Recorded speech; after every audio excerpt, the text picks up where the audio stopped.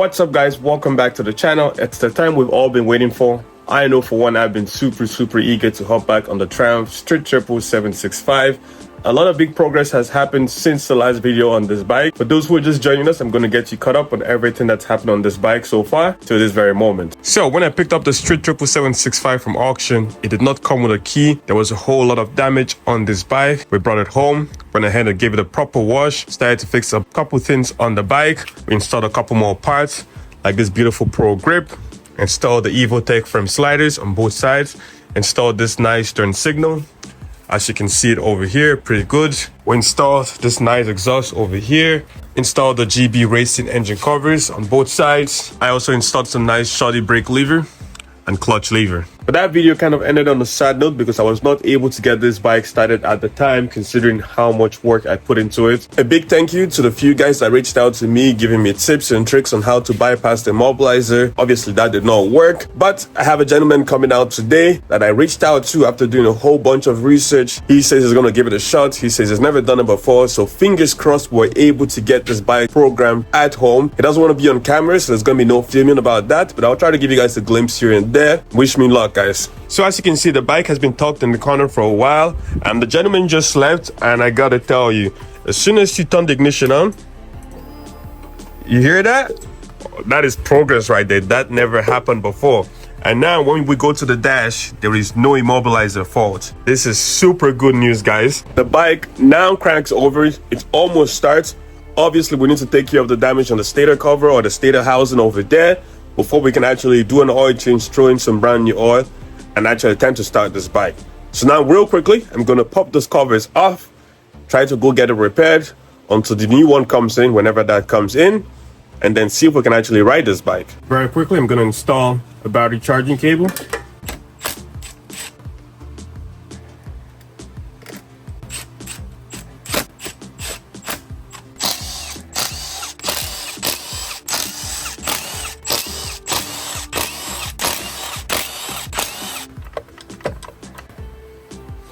Okay, we have the cover off now.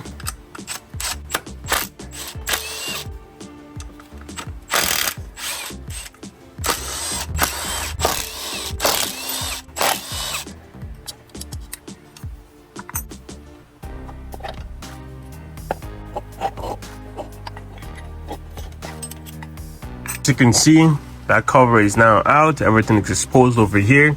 I have the stator sitting over there just to be safe. I cleaned out the cover over here to get it ready for welding. A few moments later. And guys, we just picked it up. As you can see, it's all welded up nice and good. Let's clean this up when we get home and trade on the vehicle. As you can see, the Triumph is currently sitting over there. It's currently opened up. I'm trying to purchase the radiator for the Triumph because I know it's bad. And the cost of that rad is absolutely insane.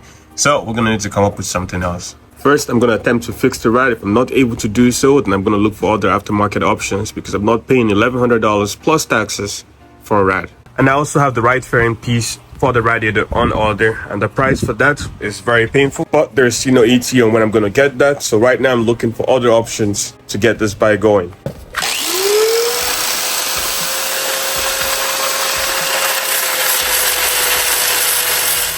And now guys, I've gone ahead and cleaned the welds on this side of the engine cover. It's not gonna look great, but this is only a temporary solution pending whenever we get this. So we're gonna go ahead and throw this on with the gaskets and put some oil in this bike and see if this bike actually runs properly.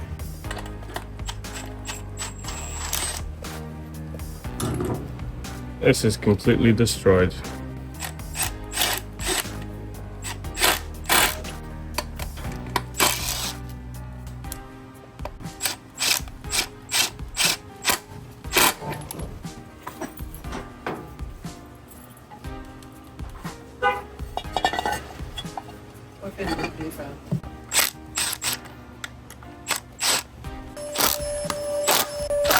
And now I have everything reinstalled in the cover over here. I'm gonna go ahead and install this back on the motorcycle.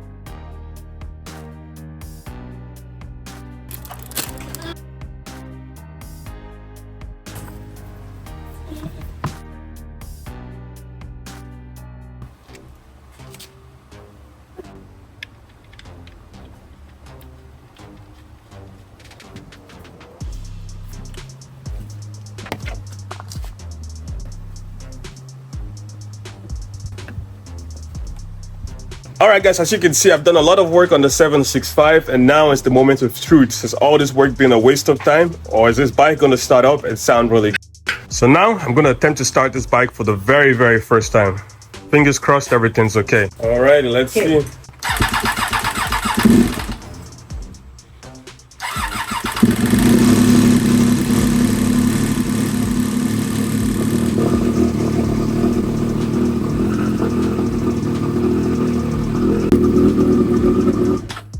A few moments later. All right, guys, it has been a couple days since I first started the Triumph.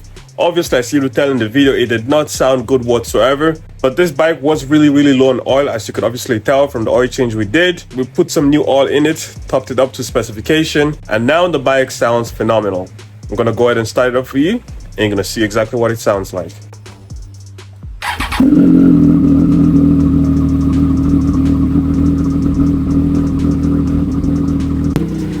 Right now the bike is running good. We do have an engine oil leak over here because I did not install a gasket. I just wanted to make sure this was running. And right now the fan is currently on. Alrighty guys, so it's another day in the garage. It has been a little while since the last clip you just seen of this bike. I've had this cover on the bike for a little bit. I've ran the bike a couple times to operating temperature, and there's a couple things I would like to point out. So obviously when I installed this cover, I did not have a gasket for it. There is still no gasket, so I can see some signs of oil leak, which is kind of expected. You can also see that over there, some residue. You can see it over here. It's been dropping over here, which is very expected. But in the meantime, I've been battling with an issue, which is that the coolant is always leaking on this bike.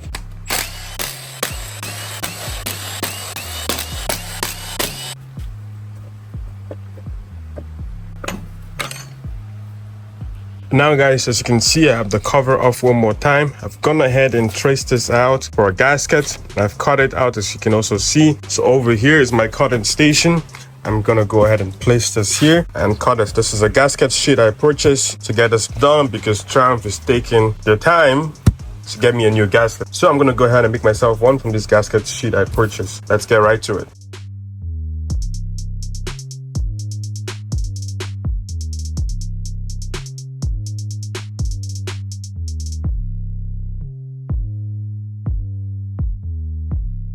Now we can just remove this piece.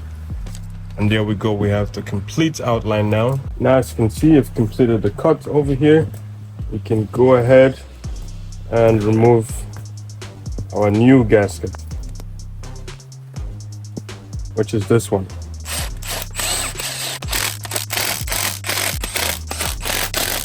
So, just to give you guys a quick test run, the exhaust on this bike sounds really, really good. Now you can actually hear the fuel pump prime, which is never the case.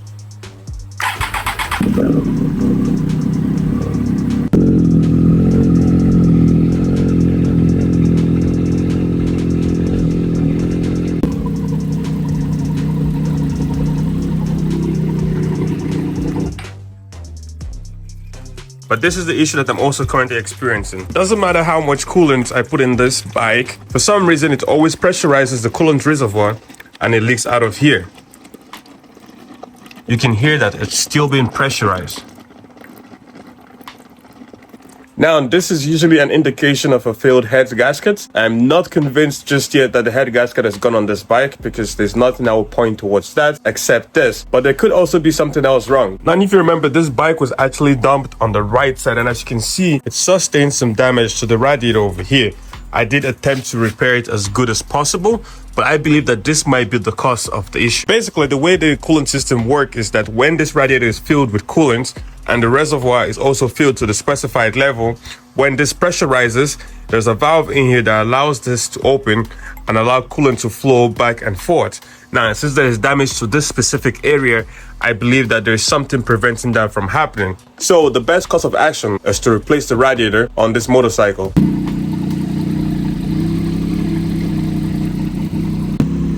Yeah, as you can see, it's happening just again. Still spitting out some coolant. So I'm gonna go ahead and replace the radiator. As you can see, it does not look good. The coolant tank completely overflowed, and we have coolant spillage everywhere. You can see it doesn't look good either. I did throw in some rad flush in there to hopefully fix this issue, but it's not currently working. So I'm gonna go ahead and start removing the old radiator. I'm gonna do a proper coolant flush and install a brand new one.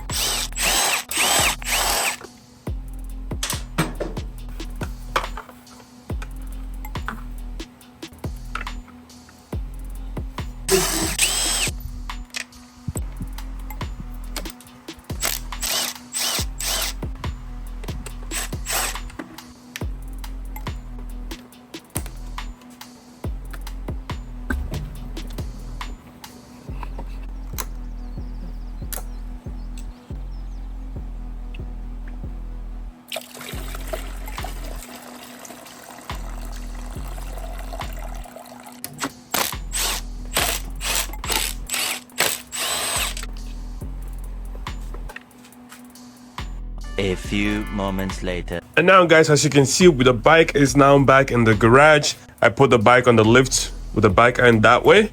I've completely done a coolant flush. I flushed the system multiple times with high pressure water. So hopefully the system is now clean for our brand new radiator. As you can see, this is the old rad and this is the damage that happened due to the accident that I thought I could fix, but obviously that's not working.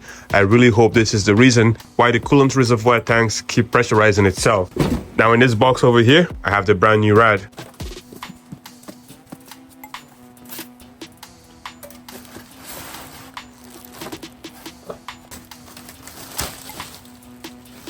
And it looks beautiful.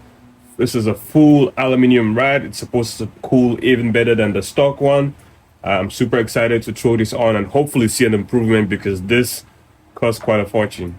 So now comes the fun part. I'm gonna move all the parts on here to that one.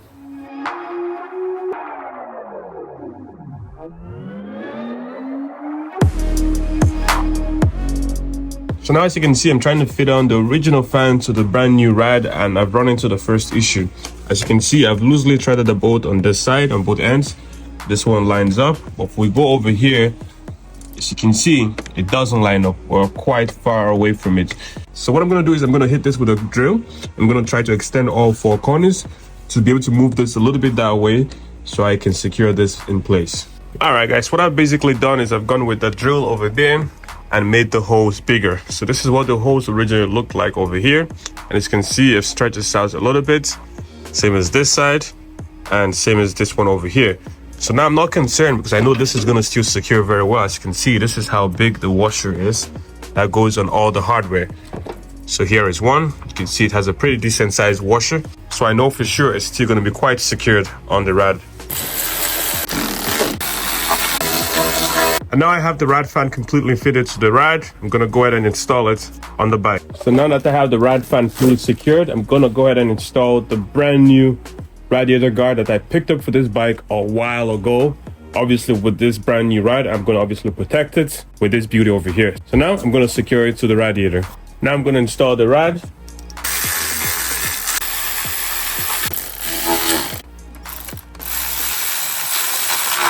So now I'm gonna fit on a new hose clamp because the original one is a one-time use. Clamp is on. And I'm gonna secure that in place.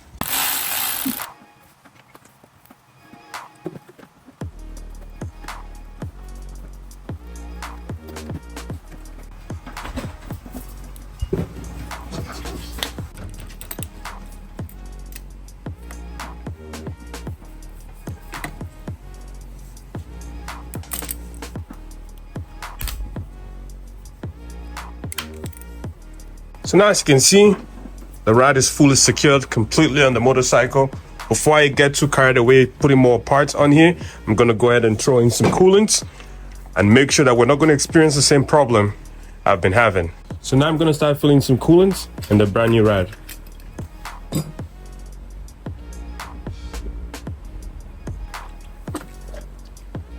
And now as you can see, I have coolant in the rad all the way filled up. I'm gonna go ahead and start up the bike and we're gonna see if this rad has fixed the issue.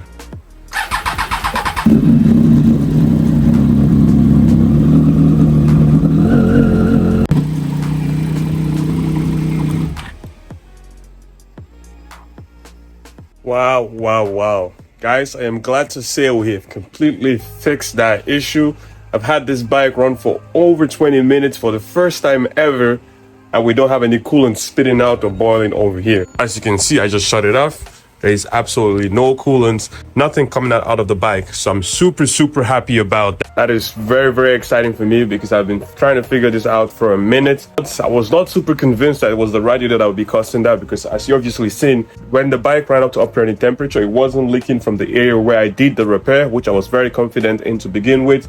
It was pressurizing the coolant reservoir and leaking coolant that way. It just made no sense to me, and I just ordered this radiator just to eliminate the possibility that that would be the cause. And as you can see, it appears that's the reason why that was happening. So that's one huge learning curve for me. On that note, it's pretty late right now, so I'll catch you guys tomorrow morning.